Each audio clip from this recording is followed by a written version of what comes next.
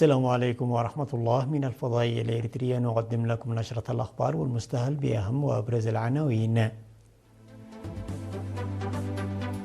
البلاد تحتفل رسميا بعيد العمال للمرة 35.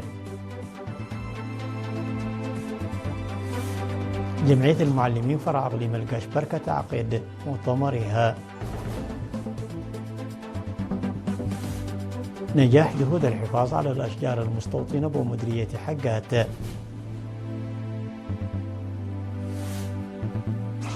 روسيا ترفض مطالبة المتمردين بانسحابها من مالي. ترامب ينتقد مستشار ألمانيا ويطالب بالكف عن التدخل في أزمة إيران. وانغ يو يدعو روسيا إلى الحفاظ على استقرار العلاقات الثنائية.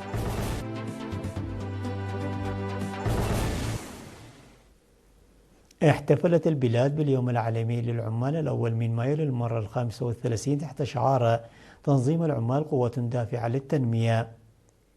وجرى الاحتفال الرسمي في العاصمة أسمر بحضور عدد من كبار المسؤولين الحكوميين وقيادات المؤسسات، حيث أكد نائب السكرتير الكونفدرالية الوطنية للعمال السيد كبر أبكيداني في كلمته أن هذه المناسبة تمثل محطة للاستذكار قيمة العمل وتضحيات العمال، كما تجسد نضالهم المستمر من أجل العدالة والمساواة وتحسين ظروف العمل على مستوى العالم. وأشار إلى الدور الذي يطلع به الاتحاد في تنظيم العمال وتعزيز مشاركتهم إلى جانب تمكين المرأة واستقطاب الشباب، فضلا عن توسيع برامج التدريب المهني والتقني. كما أوضح أن هنالك جهود جارية لإنشاء مركز تدريب في مختلف الأقاليم بهدف تطوير القدرات الإنتاجية. من جهتها أكد ممثل اتحاد أصحاب العمال السيد برهاني قبريوت أن هذه المناسبة تمثل فرصة لتقدير سهامات العمال وتقييم التحديات القائمة، مشددا على أن تحقيق التنمية يتطلب تضافر الجهود وتعزيز الكفاءة المهنية. وبدوره أوضح المدير العام لوزارة العمل والرعاية الاجتماعية السيد ولي يوسف أليسا أن الاحتفال هذا العام يأتي في ظل جهود متواصلة لتعزيز بيئة العمل وضمان حقوق العمال وكرامتهم، بما يساهم في رفع الإنتاجية ودعم مسيرة التنمية. وتخللت الفعالية عروض ثقافية وفنية متنوعة عكست أهمية المناسبة. وفي السياق المتصل، نفذ أفراد الدفعة الأولى من الخدمة الوطنية حملة نظافة في الشوارع الرئيسية للعاصمة أسمر إحياء لذات المناسبة.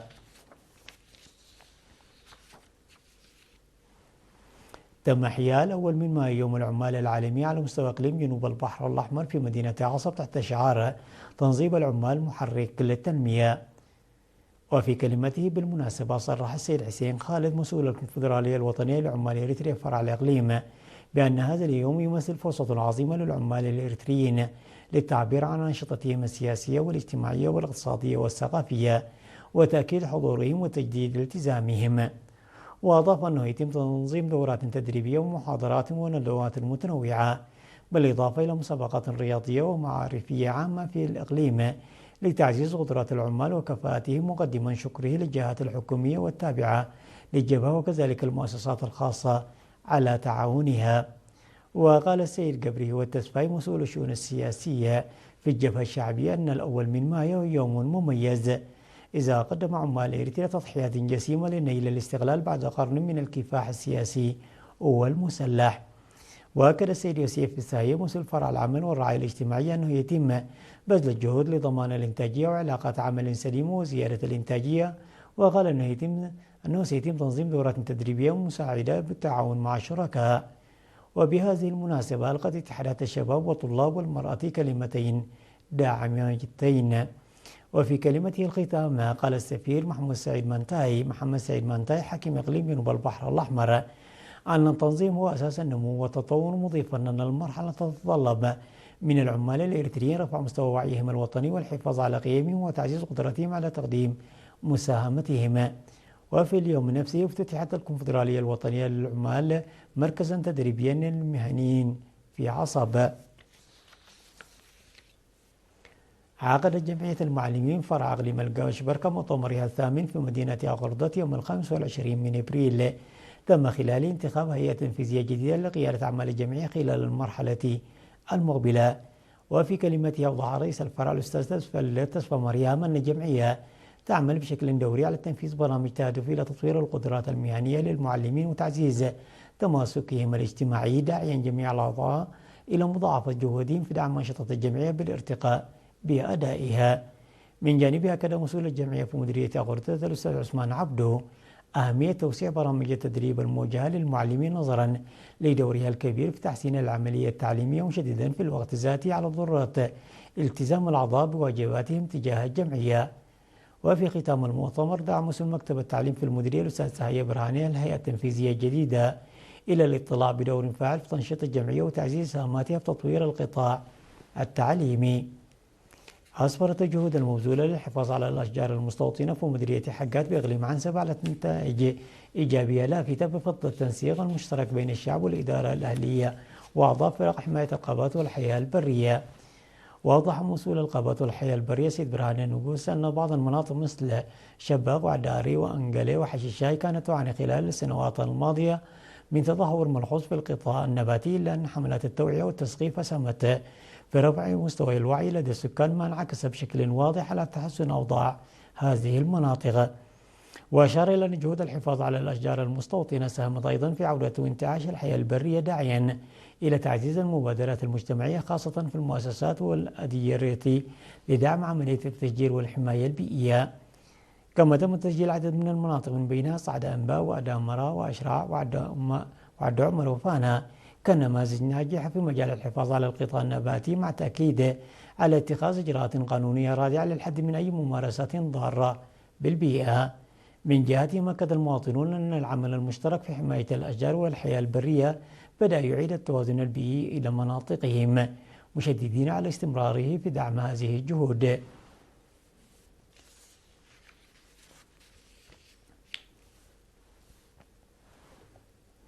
قدمت جمعية مدارس تعليم قيادة السيارات في الإقليم الجنوبي دعما ماليا وعينيا للمريضات اللائي يتلقين العلاج في مركز علاج الناصور في مستشفى الإقليم الجنوبي المرجعي.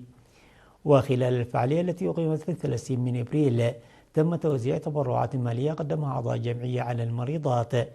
وفي كلمته بهذه المناسبة قال الشاب خالد عبد الله مسؤول الشباب أن مساعدة المحتاجين هي أحد أهدافها الرئيسية للجمعية، مشيرا إلى أن مبادرة دعم مريضات الناصور جزء من ذلك. وذكر كل من أخصائي التوليد الدكتور هبت هيلي ملكوت والدكتور أبراهام مانييل إن من الأسباب الرئيسية للناصور ختان الإناث وزواج القاصرات ونقص الرعاية الصحية المناسبة قبل الولادة، وحث على تنفيذ إجراءات واعية للقضاء عليه.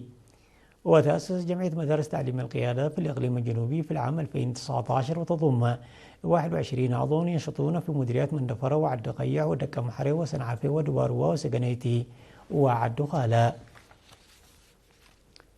استشهد الملازم أول تسفاي تخلى هبت ميكيل أحد قدام المناضلين في 29 من إبريل عن عمر ناهز 72 عاما أسرى مرض ألم به. انضم المناضل تسفاي إلى جبهة تحرير إريتريا في نوفمبر من العام 1973 ومن ثم إلى قوات التحرير الشعبية في نوفمبر من العام 1974، وخدم شعبه ووطنه بتفاني وإخلاص في القوات المقاتلة ووحدة تعبئة المقاتلين، وحدة تعبئة المعاقين، وهيئة إدارة شؤون الأفراد التابعة للفرقة 61. الملازم أول الشهيد تسفاي تخلى متزوج وأب 4 أبناء. وقد ورى جثمانه السراب في تمام الساعة 4 من مساء يوم 30 من إبريل في مقبرة الشهداء بأسمرة.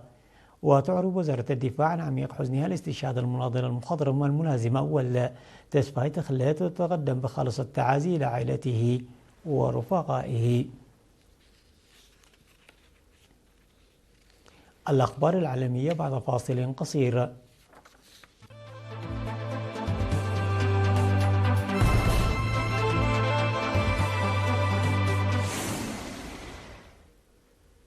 أكدت روسيا أن قواتها ستبقى في مالي رافضة دعوة من المتمردين الطوارق لسحبها بعدما شن الانفصاليون والمتطرفون أكبر هجمات منذ 15 عاما ضد حكم المجلس العسكري. وقال الناطق باسم الكرملين ديمتري بيسكوف الذي تعد بلاده داعما رئيسيا للحكومة المالية إن وجود روسيا في مالي مرتبط بالضرورة التي أعلنتها السلطات.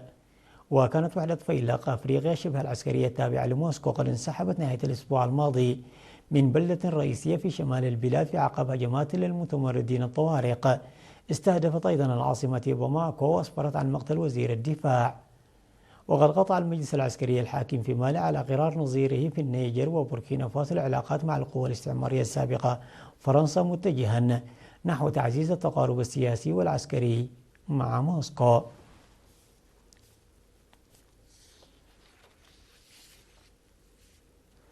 ووصل الرئيس الأمريكي دونالد ترامب هجماته على المستشار الألماني فرديش مارتيز قائلا أن أداؤه سيء للغاية في بلاده وأن عليه قضاء وقت أقل في التدخل في جهود واشنطن للتصدي للتهديد النووي الإيراني. ودخل ترامب في سجال مع مارتيز بشأن الحرب على إيران خلال الأيام القليلة الماضية. وقال الرئيس الأمريكي أن مارتيز لا يعرف عما يتحدث بعدما قال المستشار الألماني أن الإيرانيين يهينون الولايات المتحدة في المحادثة الرامية إلى إنهاء الحرب المستمرة منذ شهرين. وفيما بدا ردا على التهديد الأمريكي، قال وزير الخارجية الألماني يوهان فادبول أن بلاده مستعدة لاحتمال خفض الوجود العسكري الأمريكي على أراضيها. وكان قد كتب ترامب على وسائل التواصل الاجتماعي أن الولايات المتحدة تقوم بدراسة ومراجعة إمكانية خفض عدد القوات في ألمانيا، مشيرا إلى أن قرار سيتخذ في هذا الشأن خلال الفترة المقبلة.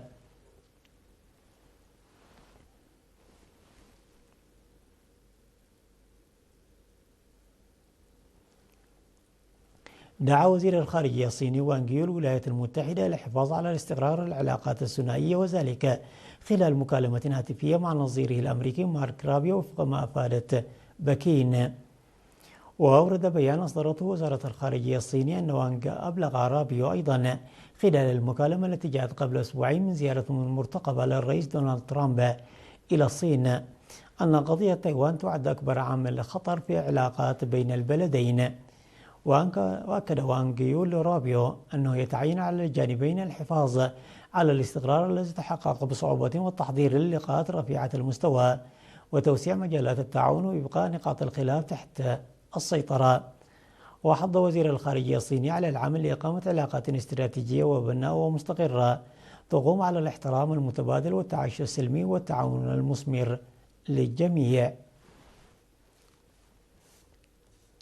حذر الأمين العام للأمم المتحدة أنطونيو غوتيريش من تداعيات متسارعة للأزمة في الشرق الأوسط، مؤكدا أنها تدخل شهرها الثالث وسط وقف إطلاق النار وصفه بالهش، في وقت تتفاقم فيه التأثيرات الاقتصادية والإنسانية بشكل دراماتيكي، لا سيما مع تزايد القلق بشأن حرية الملاحة في مضيق هرمز وما يترتب على ذلك من تعطيل لتدفقات الطاقة وسلاسل الإمداد العالمية.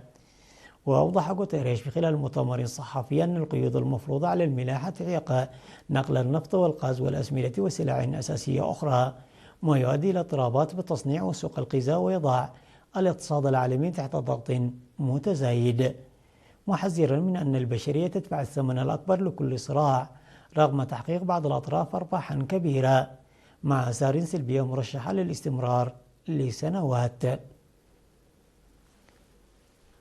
عناوين النشرة مرة أخرى: البلاد تحتفل رسميا بعيد العمال للمرة 35. جمعية المعلمين فرع إقليم القاشبركة تعقد مؤتمرها. نجاح جهود الحفاظ على الأشجار المستوطنة بمديرية حقات.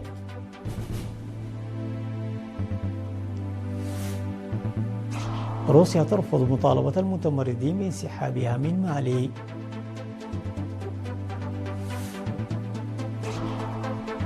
ترامب ينتقد مستشار ألمانيا ويطالبه بالكف عن التدخل في أزمة إيران. وانغ يي يدعو رابيو للحفاظ على استقرار العلاقات الثنائية.